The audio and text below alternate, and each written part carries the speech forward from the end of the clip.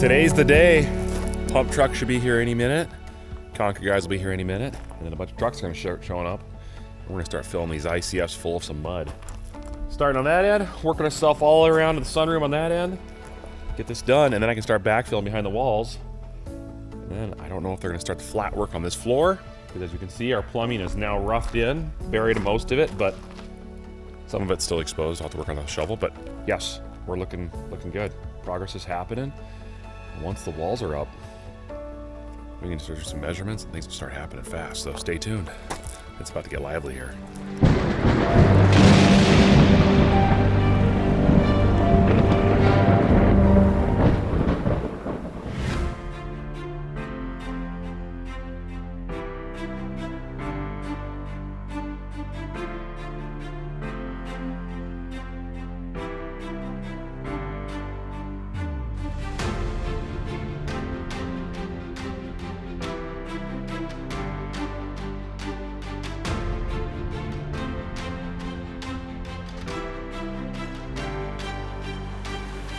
First truck just rolled in, so they're gonna get it prepped, get the pump primed, and Jimmy's gonna jump on the wall, and they're gonna start going to town. And then they'll have their guys run alongside, and they'll tamper the wall with some power tools to make sure that all the air pockets work themselves out. And it should go pretty quick, so we'll see here. They got, I think, 5 trucks lined up. It's gonna be fun. We'll see how it happens.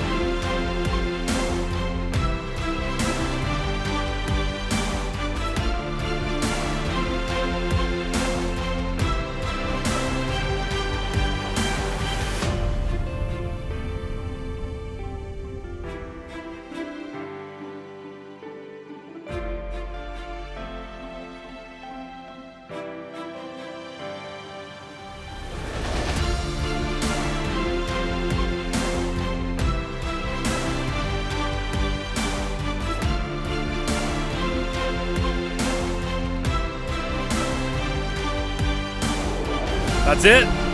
5 trucks later, Jimmy's finishing up the top of the walls there, getting the anchor bolts in, and they got the pump truck getting cleaned out, so they're just shoving the foam balls in. So they use it, put it in reverse, pump in reverse, and it sucks the foam ball through the whole thing and cleans all the tubes out. Otherwise, if for some reason they don't get that cleaned out and that mud hardens in there, it can be 40 grand to replace all those tubes on that thing. So yeah, that's a mistake you don't want to make. Still, makes this job so much easier having that thing on site.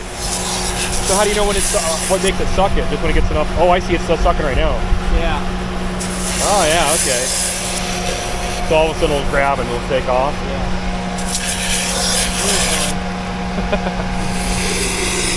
And it's just starting to move. There it goes. Wowzer, it's a windy day today. Apologize for the noise. So we've been looking at the next phase of this project, the house project, and that would be the garage area, which is up here.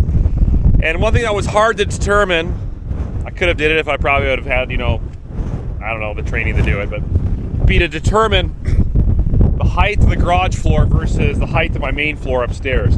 We put the house down as low as we possibly could with the grade that we had going out for a walkout basement. We really couldn't go any deeper without making a slope towards the house. I still have to excavate out a number of yards of soil in the front there, and I was going to use all that to backfill here. I don't have enough soil back there. I can tell just by looking at it. There's not enough. And what I really need to do, because at the height of this wall, plus a good 14 to 16 inches for your joists, your flooring, and all that on top of that, and the plate, it's going to be a big transition between here and up there. I mean, you're talking 2 to 3 feet to go up and over. Yes, we could have steps. We probably will have to have a couple steps into the garage from to the house and the front patio, but I would like to eliminate that as much as possible. So, I am hauling in shale, lots of it.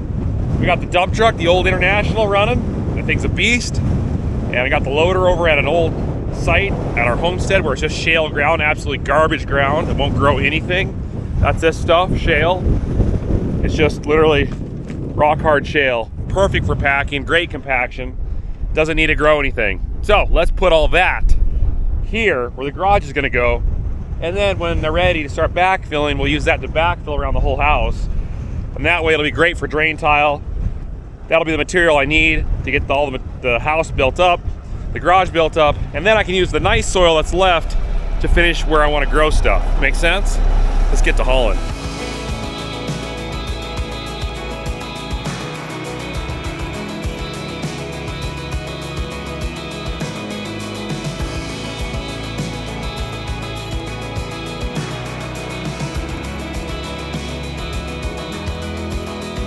Check it out.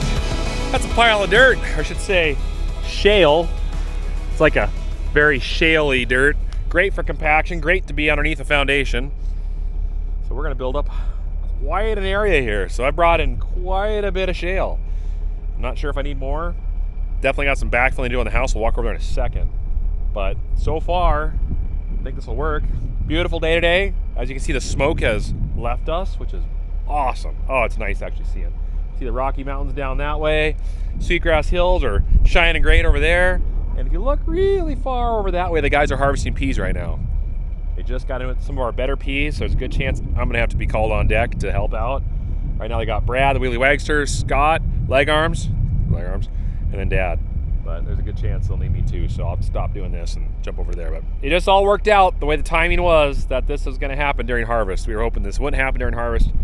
It just did, but you gotta take what you're given, and this is what we're doing. We're taking what we're given, and we're making this work. Corner of the garage right there. We have a 15-degree angle from the garage to the house. It's not squared up with the side of the house. It actually deflects out 15 degrees. That'll line up our garage doors with the road coming in, as well as give us a little bit more space in front of the house here and block a little bit of that northwest wind that comes in to give us a little bit of a shield here. Other corner of the garage, so 30 feet wide, 40 some feet to the end here, and then when it gets to this little room here, it turns and butts into the side of the house foundation. So they got to finish pouring this wall. That'll be done tomorrow morning. They got the forms poured there. Got to lay all our drain tile down around the house and put some gravel on that, fix all that up. Then when that's all done, I can come in with the big front end loader and start the process of putting shale. I'm going to use shale and build up the side of this house pretty significantly around the edges. And then where we're actually going to have like trees, junipers, whatever it may be, grass growing, because this is gonna be the front door right here with a patio. There'll be a lawn out here. I'll put topsoil there so that way we can actually grow something. So we'll make sure there's a few feet of that. But this will be the front of the house. Nice overhang patio here. It's gonna be beautiful. I kind of wish my utilities did end up right there. Hindsight, foresight, that's how it goes. Could have probably done a better job, but I just didn't know. I mean, I don't know, it's the first house I've built. And you know, I think our electric ran out, the splice. They can only do 2,700 feet, I think, per roll of the cable. And they would have had to put another splice in to go another 400 or 500 feet that way. But we put the house there because of the grade of the ground. The way the walkout basement would be placed was best in that spot. And the way the utilities came in, we didn't have that done yet. So we said, well, let's just plop them here. So we'll landscape around all this. That's why I kept it all together. We got power, gas, and water all right here. And we'll put some nice rocks, some shrubs, some landscaping. It'll look nice, a nice well. So you won't see any of this. But for now, you see it. So you'll drive up. Lot will be up here with the cars.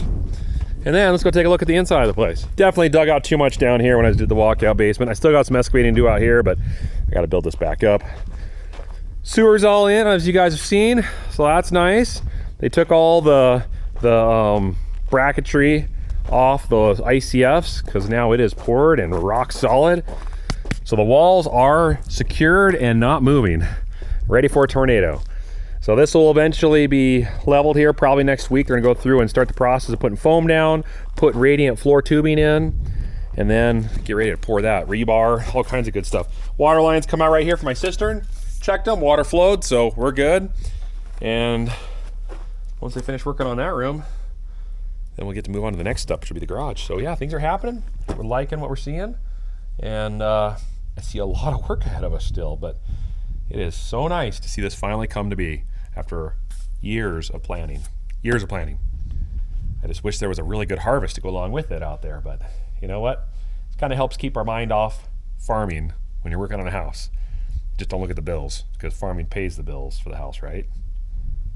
Well, not these last couple of years. I'll tell you one thing the farm has done, if it hasn't necessarily paid the bills, what it has done is supplied the machinery and the land and the location and the workers, leg arms of my dad and myself, to make this expense a lot more manageable. Without all the farm machinery, without all this land already owned, and the know-how of good old farmer ingenuity, this project would be significantly more expensive, and we would have to significantly downsize our plans to meet our budget. So that's definitely a bonus. But we'll get that big year where the crops are massive and the price is high, bins are busting, and everything just feels so nice. My road is almost done. It's basically fully graveled. I'm sure we're going to have to add more gravel down the road because the gravel, as many of you know that live on gravel roads, disappears. Once it's wet, it just pushes down to the ground and then it doesn't come back up. So you eventually got to add more till you get a base. But for now, it's pretty good. It's a little bumpy, a little uneven where they piled the mounds. I got to keep working it back and forth with the grader, with the box grader, and eventually I'll get it where it's nice and smooth. But for now, I can go about 50 miles an hour on here and it's pretty nice ride.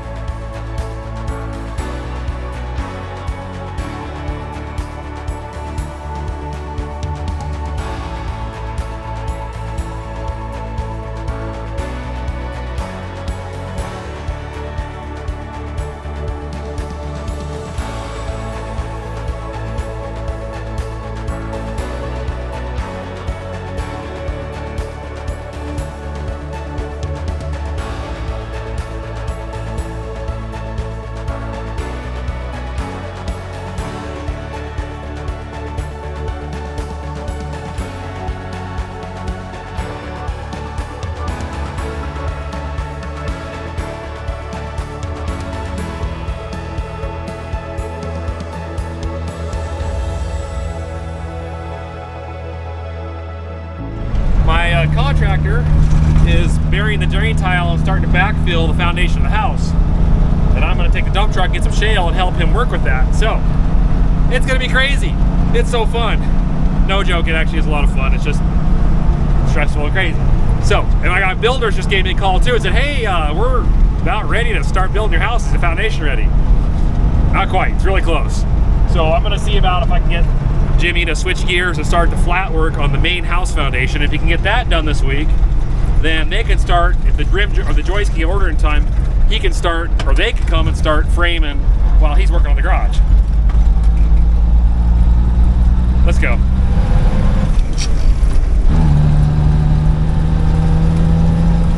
There should be, look at that hole. Let's keep digging. That's some good stuff.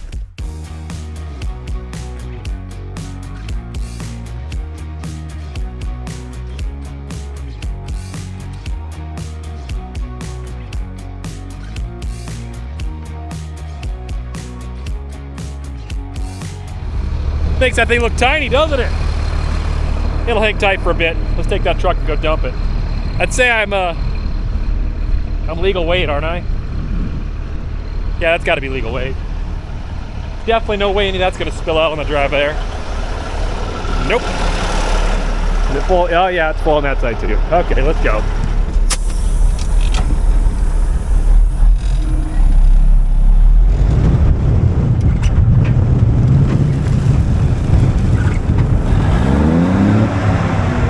Drain tile is in. He's got it mostly buried. Let's take a look here. Wish I had one of those. That'd be nice. Oh yeah, see? So got the gravel around it. They're laying the fabric on top. And then backfill. I just dumped about 20 yards right here of shale. So we're gonna take that and go up there. And then when the shale's all around the edges, then we'll bring in actual topsoil and build up another 2 or 3 feet and mix it in with horse manure and make this a nice fertile area to grow some grass. Oh, wife's here. Better talk to her. Maybe she wants to change plans, add another room, maybe move the location of the foundation. Well, I've been hard at it hauling in the shale, as you can see. All the backfilling we gotta do, a lot of yards, man, a lot. They got the window wells in. They just took off for a lunch break. So I figured now's a great time to stop by and see the progress. Gas line is up against the side of the house. That'll then transition from poly to black pipe or galvanized, whatever looks best. I'll look it up, make sure as it comes out of the ground, transitions out of the ground. Then it'll enter and go through either underneath or through all the joists, all the way to the mechanical room, which is right here. And that is where the water lines come out down there too. So I gotta figure this all out. They got the footings going in for the garage. So he dug it out. They're getting ready, it looks like the form for the footings. And then this garage will be hopefully got some walls built here pretty shortly. That'll be awesome. We did increase the size of it a little bit. We kept looking at it going, a little bigger would be nice. Does cost more money, but a little bigger would be nice. So we bumped it up from originally like 28 by, or 28 by 38, and we bumped it to 30 by 40 feet. So there's a little bit more space at the end there because it does angle 15 degrees out as it points this way. So anyways, they're making progress. I'm gonna go get some food and we'll just keep on going on. That's what life's all about.